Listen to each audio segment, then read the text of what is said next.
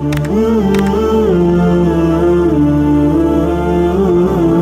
کی شب میں قید کرے یا صبح وصال میں رکھے، مولا تیری ہے مرضی تو جس حال میں رکھے۔ اعوذ باللہ من الشیطان الرجیم، بسم اللہ الرحمن الرحیم۔ اللہ تبارک و تعالیٰ کے نام سے شروع جو بڑا مہربان اور نہایت رحم کرنے والا ہے۔ ایک ایسی قوم جس پر اللہ تبارک و تعالیٰ نے اپنا دردناک عذاب نازل فرمایا اور اس قوم کے تمام لوگوں کو بندر بنا دیا۔ اس قوم کے لوگ ایسا کون سا گناہ کرتے تھے جس کی وجہ سے اللہ تبارک و تعالیٰ نے دردناک عذاب نازل فرمایا، اور لوگ بندر بننے کے بعد کتنے دن تک زندہ رہے، اور فرعون کو کس طرح دردناک موت آئی۔ جب یہ لوگ بندر بن گئے تو یہ لوگ اپنے عزیز و وقاروں سے کیا کہتے تھے، اور کیا آج کے دور میں پائے جانے والے بندر اسی نسل میں سے ہیں؟ ان تمام سوالات کے جوابات قرآن و حدیث کی روشنی میں ہیں۔ انسانوں کا بندر بننے کی ابتدا حضرت داؤد علیہ السلام کے دور سے ہوئی تھی۔ اس واقعے کا پس منظر کچھ یوں ہے۔ حضرت داؤد علیہ السلام کی قوم سمندر کے کنارے ایلا نامی گاؤں میں رہتے تھے، اور ان کی تعداد 70,000 کے قریب تھی۔ یہ قوم بڑی ہی خوشحال تھی اور اللہ کی فرما بردار قوم تھی۔ اس قوم کو اللہ تبارک و تعالیٰ نے بے شمار نعمتوں سے نوازا تھا۔ ہر طرف ہریالی اور سبز باغات تھے۔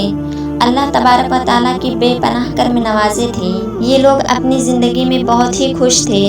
حضرت داؤد علیہ السلام کی قوم سمندر کے کنارے پر تھی، تو اللہ تبارک و تعالیٰ کا خاص ان پر کرم تھا کہ سمندر کے کنارے پر بے پناہ مچھلیاں آتی تھیں جن کا یہ لوگ کاروبار کرتے تھے۔ جب یہ قوم اللہ تبارک و تعالیٰ کی نعمتوں سے خوشحال ہو گئی تو اللہ تبارک و تعالیٰ کی نافرمانی پر اتر آئے اور طرح طرح کے گناہوں کے اندر مبتلا ہو گئے۔ اور پھر ایک دن اللہ تبارک و تعالیٰ نے اس قوم کا امتحان لینے کا ارادہ کیا اور حضرت داؤد علیہ السلام کو وحی بھیجی کہ اپنی قوم سے کہہ دیں کہ وہ سنیچر کے دن یعنی ہفتے والے دن مچھلی کا شکار کرنا بند کر دیں۔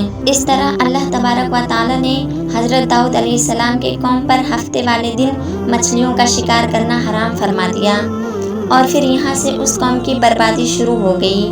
حضرت داؤد علیہ السلام نے قوم کو بتایا کہ اللہ تبارک و تعالیٰ نے ہفتے والے دن مچھلیوں کے شکار کو حرام قرار دیا ہے، تو وہ لوگ بہت ہی زیادہ پریشان ہو گئے اور سارے کام چھوڑ کر بیٹھ گئے، کیونکہ ہفتے کا وہ دن تھا جس میں مچھلیاں خود بخود کنارے پر آ جاتی تھیں اور زیادہ مقدار میں ہوتی تھیں، اور باقی دن ایسے تھے کہ بہت کم اور نہ ہونے کے برابر مچھلیاں پکڑی جاتی تھیں۔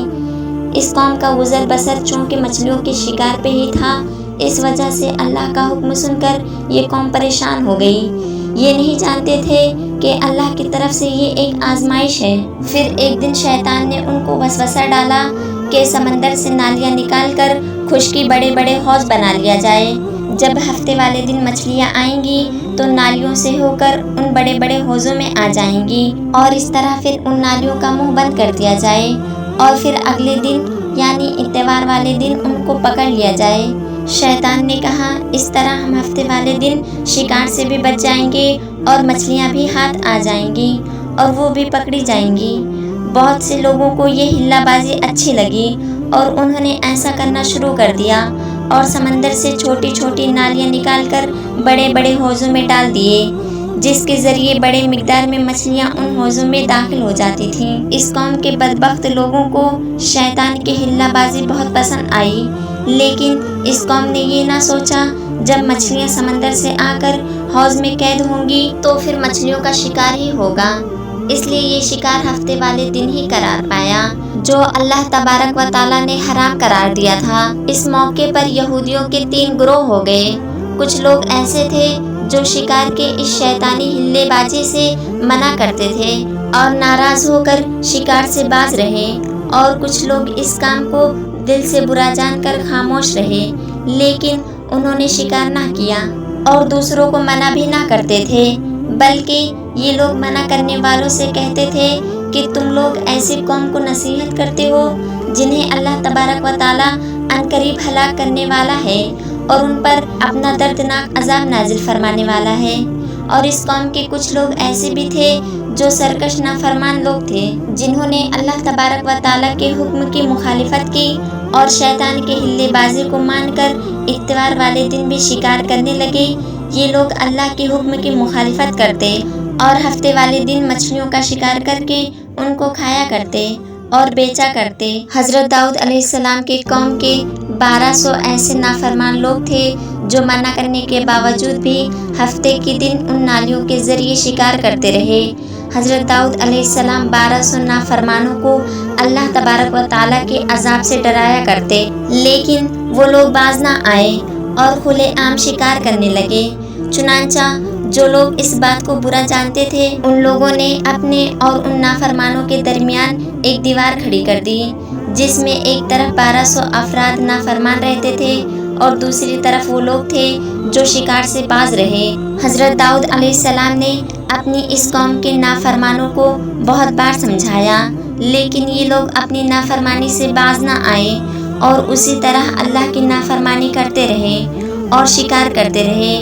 پھر ایک دن حضرت داؤد علیہ السلام نے غضبناک ہو کر شکار کرنے والوں پر لعنت فرما دی۔ اس کا اثر یہ ہوا کہ ایک دن خطا کاروں میں سے کوئی بھی اپنے گھر سے باہر نہ نکلا۔ یہ منظر دیکھ کچھ لوگوں نے ان کے دیواروں پہ چڑھ گئے تاکہ معلوم ہو سکے کہ وہ لوگ کس حال میں ہیں۔ جب ان لوگوں نے ان نافرمانوں کو دیکھا تو سب کے سب بندر کی صورت میں تبدیل ہو چکے تھے۔ اللہ تبارک و تعالیٰ نے ان کی نافرمانی کی وجہ سے ان پر اپنا دردناک عذاب نازل فرمایا اور ان کو انسانوں سے بندر بنا دیا۔ جب لوگ ان مجرموں کا دروازہ کھول کر اندر داخل ہوئے تو وہ بندر اپنے رشتہ داروں کو پہچانتے تھے اور ان کے پاس آ کر ان کے کپڑوں کو سونگھتے تھے اور زاروں قطار روتے تھے، لیکن وہ کچھ بول نہ سکتے تھے۔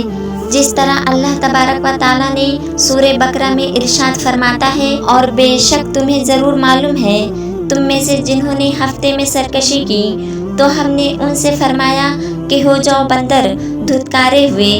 اس طرح حضرت داؤد علیہ السلام کی قوم کے 12,000 نافرمان 12,000 بندر بن گئے۔ یہ لوگ 3 دن تک زندہ رہے اور اس دوران یہ نہ کچھ کھا سکتے تھے اور نہ ہی پی سکتے تھے، بلکہ یوں ہی بھوکے پیاسے سب لوگ ہلاک ہو گئے اور 3 دن کے بعد سب لوگ مارے گئے۔ اور وہ لوگ جو ان نافرمانوں کو اللہ تبارک و تعالیٰ کے اس نافرمانی سے منع کرتے تھے تو اللہ تبارک و تعالیٰ نے ان کو اس عذاب سے سلامت رکھا، اور وہ لوگ جو شکار کو برا جان کر خاموش رہتے تھے اللہ تبارک و تعالیٰ نے ان کو بھی اس عذاب سے سلامت رکھا۔ اب بات کرتے ہیں آج کے دور کے بندروں میں سے کیا کوئی بندر ان کی نسل میں سے موجود ہے، یا آج کے دور میں پائے جانے والے بندر انہی بندروں کی نسل میں سے ہیں؟ اس کے متعلق روایات میں آتا ہے کہ حضرت عبداللہ مسعود رضی اللہ تعالیٰ عنہ سے روایت ہے کہ حضور پاک صلی اللہ تعالیٰ علیہ وسلم سے کسی نے سوال کیا کہ آج کے بندر کیا حضرت داؤد علیہ السلام کی قوم میں سے ہیں؟ تو حضور کریم صلی اللہ تعالیٰ علیہ وسلم نے ارشاد فرمایا کہ اللہ تبارک و تعالیٰ جس قوم پر عذاب بھیجتا ہے یا ان کی شکلوں میں مشق کرتا ہے تو یہ عذاب انہی پر ہوتا ہے جن پر وہ عذاب نازل فرماتا ہے، اور اس دن کے بعد اللہ تبارک و تعالیٰ ان لوگوں کو ہلاک کر دیتا ہے اور اس دن کے آگے نسلیں نہیں بڑھتی۔ اس لیے یہ بات غلط ہے کہ کچھ لوگ یہ سوچتے ہیں کہ آج کے بندروں میں بھی حضرت داؤد علیہ السلام کی قوم کے بندر والوں کی نسل موجود ہے۔ ایسا کچھ بھی نہیں ہے۔ وہ لوگ صرف اور صرف 3 دن تک زندہ رہے اور اس کے بعد ہلاک ہو گئے، اور اللہ تبارک و تعالیٰ نے اس قوم کے نافرمانوں کو صفحۂ ہستی سے مٹا دیا۔